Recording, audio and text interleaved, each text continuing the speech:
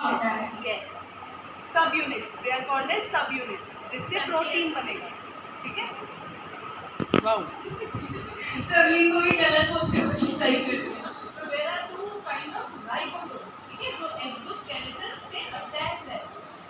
ठीक है, actually rough में ही राइबोसोम्स रहते हैं, सॉफ्ट में कोई राइबोसोम रहता ही नहीं है, इसलिए रफ वाले में राइबोसोम्स की वजह से ही वो रफ होता है। प्रोटीन सिंथेसिस होता है। यस, और जो स्मूथ वाला है वो क्या करता है? Lipid synthesis. Lipids. Lipids are fats, उसके पहले थोड़ा सा fat that is what it does, lipid synthesis. तो राइबोसोम से प्रोटीन सिंथेसिस नहीं करते, लिपिड सिंथेसिस करते हैं।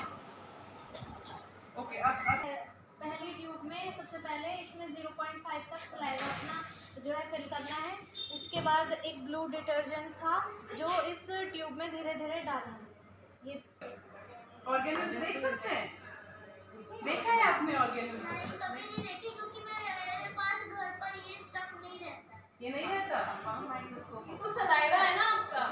वो सेल को तो बहुत अच्छे से देख सकता है। सेल देख सकते हैं, उसमें देख सेल देख सकते हैं, इसमें ऑर्गेनिज्म नहीं। अभी आपको डीएनए बिना माइक्रोस्कोप के दिखा। हाँ, अब आप बताओ क्या हम डीएनए बिना माइक्रोस्कोप के देख सकते हैं? माइक्रोस्कोप होता है जिससे डीएनए देखा जाता है। पर वो तो हमारे पास है नहीं, तो क्या हम डीएनए नहीं देख सकते? किसी फॉर्म में भी नहीं देख सकते? नहीं, अगर आज हम देखें, आपको दिखा देगा बिना माइक्रोस्कोप के। अभी तो नहीं, नहीं, अब देखेंगे। ठीक है, हम स्टेप्स फॉलो करेंगे, फिर डिस्कस करेंगे। ठीक है, तो सेल्स इसमें टूट चुकी हैं। ठीक है, अब हम एल्कोहल यूज करेंगे। इसका रासायनिक नाम आइसोप्रोपेनॉल है। ठीक है, तो इसको ओपन करेंगे धीरे से और ये पूरा का पूरा एल्कोहल इसके अंदर धीरे धीरे माइक्रोस्कोप से थोड़ा सा पास से देखूंगा कि क्लियर आइडिया लग जाएगा। पर तुम अगर इसको फ्रिज में रखो कि जैसे हफ्तों तक चल जाएगा आराम से, क्योंकि इसमें हमने अल्कोहल डाला हुआ है, उसकी वजह से वो ऐसे प्रिजर्व हो जाता है थोड़ा टाइम। पर ज्यादातर हम क्या करते हैं, इसको इससे निकाल लेते हैं। तो कोई बता सकते हैं कैसे निकाल सकते हैं हम इसको? फिल्ट्रेशन, हाँ, फिल्टर पेपर लेंगे। डिस्टिलाइजेशन वो थोड़ा मुश्किल हो जाएगा, वो तो हम नहीं करेंगे क्योंकि हमें इलेक्ट्रॉन माइक्रोस्कोप के नीचे अभी नहीं देखना है। पर हाँ, क्रिस्टलाइजेशन भी कर सकते हैं, डिस्टिलाइजेशन भी कर सकते हैं। डिस्टिलेशन तो नहीं करेंगे। आपका डीएनए उड़ जाएगा, आपका डीएनए जल जाएगा। क्या हो जाएगा? जल जाएगा। जल जाएगा? जल जाएगा? अच्छा, वो तो मुझे भी नहीं पता, अभी मेरे को आपके पास आगे समझना पड़ेगा। ये सब चले जाएंगे तब समझाना, ठीक है? तो अब फिल्ट्रेशन बिल्कुल सही बोला कि निकाल सकता है ऐसे। तो एक फिल्टर पेपर पे हम एक्चुअली निकाल सकते हैं। उसके बाद हम उसको वॉश करके आगे और चीज़ों के लिए और एक्सपेरिमेंट्स के लिए यूज कर सकते हैं। अच्छा, अभी तुम्हें बता तो दिया कि चीक सेल्स में से है डीएनए, पर इसमें सिर्फ डीएनए है क्या? तुम्हें ये दिख रहा है क्योंकि ये प्योर डीएनए नहीं है। प्योर डीएनए को देखने के लिए हमें एक्चुअली माइक्रोस्कोप ही चाहिए होगा। तो इसके साथ और भी चीजें साथ में होती हैं। कुछ तुम्हारे सलाइवा में होता है, न्यूसेंस करके बोलते हैं, वो साथ में होता है। तो इसलिए हमें इसको साफ करना पड़ता है पहले। तो फिल्टर पेपर पे लेके साफ कर सकते हैं। पर क्या इसमें किसी और का भी डीएनए होगा या सिर्फ तुम्हारा डीएनए होगा? हमारा ही होगा। सिर्फ तुम्हारा होगा या फिर किसी और का भी हो सकता है। किसका हो सकता है? क्योंकि हवा में सबका डीएनए उड़ रहा होगा इस टाइम। सबका डीएनए उड़ रहा होता है? कैसे उड़ रहा होता है? लाइक सेल से झड़ती रहती हैं बॉडी। सेल झड़ते रहते हैं, बिल्कुल सही बोला। का मतलब सिर्फ हम सबका, हम सबका क्योंकि पंखे चल रहे हैं। हवा से तो नहीं लिया अंदर, हम तो अंदर से ले रहे हैं ना, तो सिर्फ हमारा ही होगा। और उसके साथ कुछ और भी होगा। हाँ, हवा में और क्या होता है? हवा और लोगों को भी जवाब दे रहे हो थोड़ा सा। डस्ट। आप सारे सही जवाब दे रहे हो। डस्ट, और कोई बताएगा क्या होता है हवा में? वाटर पार्टिकल्स, हाँ, और वाटर वेपर, बाकी लोग भी बोल सकते हैं। Oxygen, carbon dioxide. Water particles और डस्ट, इनमें तो डीएनए ही नहीं है, तो फिर इससे कैसे आएगा ट्यूब में डीएनए? मुझे ऐसा लगा ह्यूमंस के अलावा एनीथिंग, कुछ भी ऐसा है हमारे माउथ में bacteria. Saliva, yes, bacteria yes, या फिर कैंसर वायरस, बैक्टीरिया या वायरस, प्रोटोजोआ, अमीबा। अमीबा भी टेस्ट ट्यूब में हो सकता है। तो ये जो डीएनए आएगा हाँ। इसमें सिर्फ तुम्हारा डीएनए नहीं है, हर जगह बैक्टीरिया होते सबका हैं, भी रहेगा। माइक्रोबायोम। कि हमारी बॉडी में एक्चुअली जितने हमारे सेल्स हैं उससे ज्यादा बैक्टीरिया के सेल होते हैं, बाहर भी और बॉडी के अंदर भी। तो वो भी आएगा लार्ज इंटेस्टाइन में, लार्ज इंटेस्टाइन में, स्मॉल इंटेस्टाइन में, सब जगह पे होते हैं। डाइजेस्टिव सिस्टम में ज्यादा होते हैं क्योंकि हाँ। उधर माइक्रोबायोम का ज्यादा जरूरत पड़ता है। हाँ, तो इसके बाद हम डीएनए का क्या कर सकते हैं, कोई बता सकता है? डीएनए निकाल के हम करेंगे क्या? हम इंफॉर्मेशन मिलेगा इससे? हाँ, न्यूक्लियोटाइड्स का मिल जाएगा, ATGC का। उससे क्या होगा? हम एडमिन, थाइमिन, ग्वानिन और साइटोसिन को देख पाएंगे तो जीन कोड मिल जाएगा। उससे क्या करेंगे? जीन कोड से हम कॉपी बना सकते हैं किसी का कॉपी भी, बना के क्या करेंगे? क्लोन। क्लोन करके क्या करेंगे? कुछ भी नहीं, काम करवाएंगे। क्या काम? अच्छा, अपना क्लोन बनवाएंगे। किस किस को अपना क्लोन बनवाना है? आपका रखा बेटे, आपका है। किसी को भी नहीं, आपको बनवाना है हाँ, होमवर्क कराने के लिए। अच्छा, तो और कोई बता सकता है? हाँ, एक नई टेक्नोलॉजी आई है, क्रिस्पर। वो क्रिस्पर जिसके लिए नोबेल प्राइज भी मिला था पिछले साल। यस, जो क्रिस्पर टेक्नोलॉजी हमें अलाउ करती है किसी भी, जैसे कि मेटिंग करते हैं ना इंसेक्ट्स, तो मॉस्किटोज में मलेरिया फैल जाता है और वे फैला सकते हैं मलेरिया। तो इसके लिए हम उनमें जीन्स में एक ऐसा जीन डाल देंगे जो टारगेट करता है मलेरिया को, जिसकी किसी के भी एंटीबॉडी से जो मलेरिया के लिए हो, उसमें से कोई सा भी जीन उठाकर डाल देंगे जो मलेरिया को टारगेट करता हो। और उसके क्रिस्पर से हम ऐसा कर सकते हैं कि जब भी वो मेट करेगा, एक स्पेसिफिक जीन ऑलवेज उसमें डोमिनेंट रहेगा। अच्छा, ये तो बहुत नया बताया, मुझे भी नहीं पता था। तो इसके अलावा एक एप्लीकेशन तो बता दिया, तो डीएनए चाहिए होगा पहले, और क्या कर सकते हैं? कुछ जेनेटिक डिजीज होते हैं, जैसे एक सिकल सेल का एग्जांपल दिया। जेनेटिक डिजीज, डाउन सिंड्रोम या फिर पटाउ। किसी ने सुना है जेनेटिक डिजीज का नाम? हाँ, जेनेटिक डिसीजेज जब जेनेटिक म्यूटेशंस हो जाती हैं। और बाकी लोग?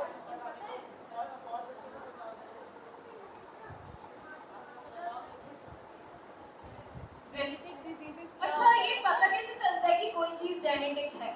ये किसी को पता है? पता है? ये बंद हो गया, ऐसे आवाज भी ऊंची करनी पड़ती है। चलो ऊंची बोलो।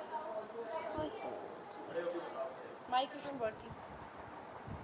तो ऐसे ऊंची आवाज में चलो। तो ऐसा भी होता है कि लाइक कभी कभी जेनेटिक म्यूटेशंस हो जाती हैं जब रिप्रोडक्शन होता है, लाइक जैसे कैंसर भी हो जाता है। हर बार जेनेटिक म्यूटेशंस कभी कभी होती हैं, हमारी बॉडी उसको किल कर देती है टी मैं सेल्स पूछ से। रही हूँ कि हमें कैसे पता चलता है कोई चीज जेनेटिक है?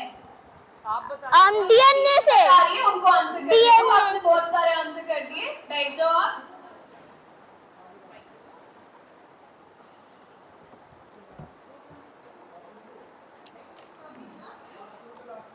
म्यूटेशन से कई अनुवांशिक बीमारियां हो जाती हैं। तो यदि कोई माता पिता में वो वाला म्यूटेशन है और हमें भी मिल रहा है, इसका मतलब ये बीमारी अनुवांशिक है। तो और इसके अलावा भी कुछ और भी चीज़ें डीएनए जांच से हम पता लगा सकते हैं। तो कोई और भी बताएगा कुछ? कोलाइसिस कैंसर होता है कुछ जेनेटिक्स की वजह से। हीमोफीलिया, कलर ब्लाइंडनेस और डाउन सिंड्रोम। थैलेसीमिया।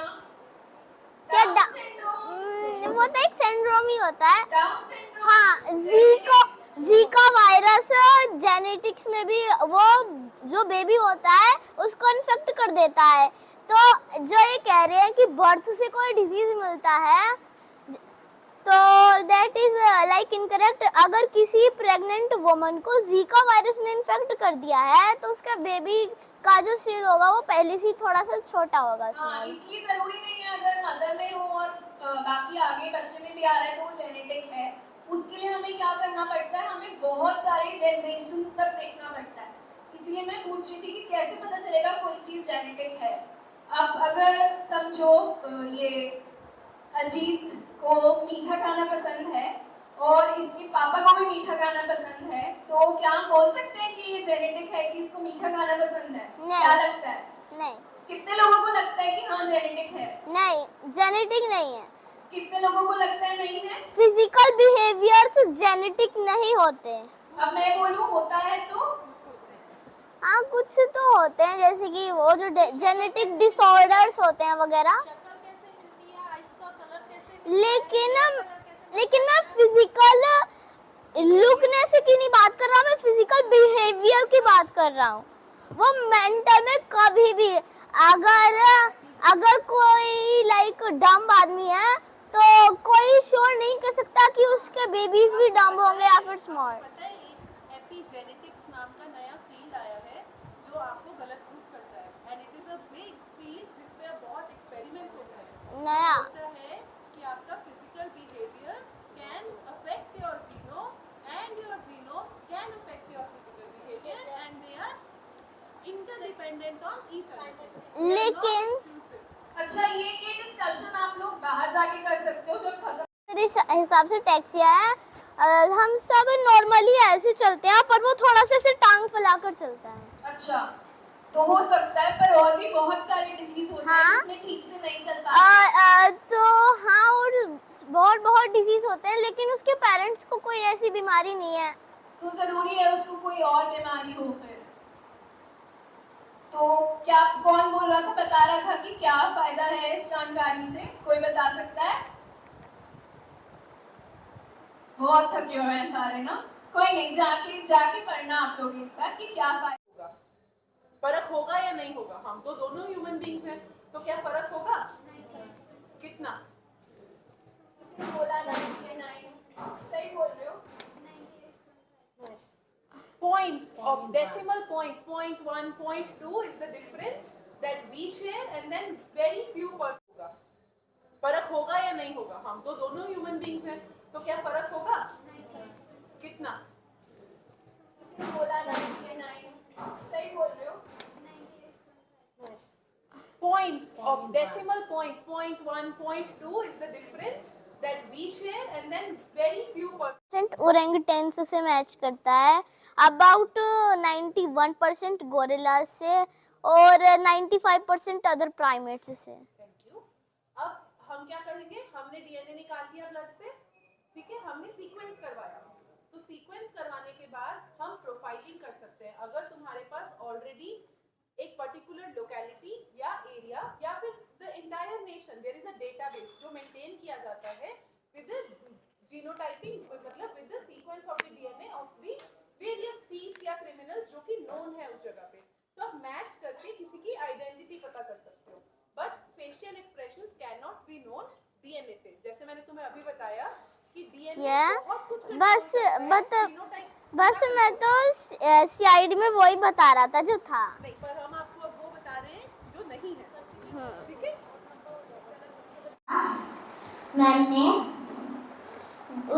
मैंने सीखा कि हम सेल्स में से डीएनए को एक्सपोर्ट कैसे करते हैं, एक्सट्रैक्ट कैसे करते हैं? एक्सट्रैक्ट। तो उसमें एक्सट्रैक्ट करने के लिए इन्होंने हमें बताया कि क्लोरीन उसमें मिलाना है, हमें सलाइवा ले सकते हैं, कोई भी बॉडीली फ्लूइड्स ले सकते हैं जिसमें डीएनए पाया जा सकता हो, उसको क्लोरीन में मिलाकर और फिर अल्कोहल में मिलाना है, डिटर्जेंट। तो डिटर्जेंट में मिलाने के बाद अल्कोहल मिलाना चाहिए, फिर उसके बाद उसमें कोई थ्रेड लाइक स्ट्रक्चर था, उसको ही मैम ने डीएनए बताया। विश्वास नहीं हुआ? बोलो, जब तक देखूंगा नहीं तब तक नहीं विश्वास करूंगा। फिर इसने भी हमें सिखाया डीएनए कैसे देख सकते हैं, सर को बताओ। इलेक्ट्रॉन माइक्रोस्कोप से। वे बहुत पावरफुल माइक्रोस्कोप्स होते हैं, उनमें लाइक एक टाइप से कैमरा जो होता है जैसे जूम फीड होती है वैसे ही वो कैमरा होता है, लेकिन बहुत हाई रेजोल्यूशन कैमरा होता है जो 1 मिलियन पिक्सेल्स के स्लो रेजोल्यूशन कैमरास होते हैं, उनका यूज उसमें करा जाता है। वो 1 सेकंड में बहुत सारे पिक्चर्स लेता है और हम उसमें देख सकते हैं कि वो पिक्चर किसको दिखा रहा है। Very good. ये आप लोग बिलीव नहीं करेंगे, क्लास 3 के बच्चे हैं, ये प्राइमरी स्कूल के क्लास 3 के बच्चे हैं। क्लास 4 में तो नहीं चला गया? क्लास 4 अभी 4 में 4 ही है। Yes. अच्छा ठीक है, क्लास 4 के बच्चे हैं। आप ये ऑनलाइन ही खुद ही क्लास करते हैं, अभी कोडिंग करने लगा है, जो प्रोग्रामिंग लैंग्वेज होते हैं उसमें कोडिंग करने लगे हैं। तो आप सभी लोग हम लोग इनसे सीख सकते हैं। अगर हम लोग बचपन से ही हम लोग कुछ करना चाहते हैं तो it's all about our curiosity, हम लोग कितना अपने आप को क्यूरियस रखते हैं। और मैं आप सभी लोगों को बता दूं कि अभी आने वाला दिन में जब आप लोग नौकरी वाला फेज में आ जाएंगे, एम्प्लॉयमेंट आ जाएंगे, वो बहुत मुश्किल होने जा रहे हैं। देश का पॉपुलेशन इतने ज्यादा है, कम नौकरियां हैं, प्राइवेट सेक्टर या गवर्नमेंट सेक्टर में कम नौकरियां हैं। तो आप अपने आप को आप लोग बहुत ये बनाना, कैपेबल बनाना पड़ेगा। जब तक आप अपने आप को कैपेबल नहीं बनाएंगे, आप नौकरी का मार्केट में आपको बहुत मुश्किल होगा।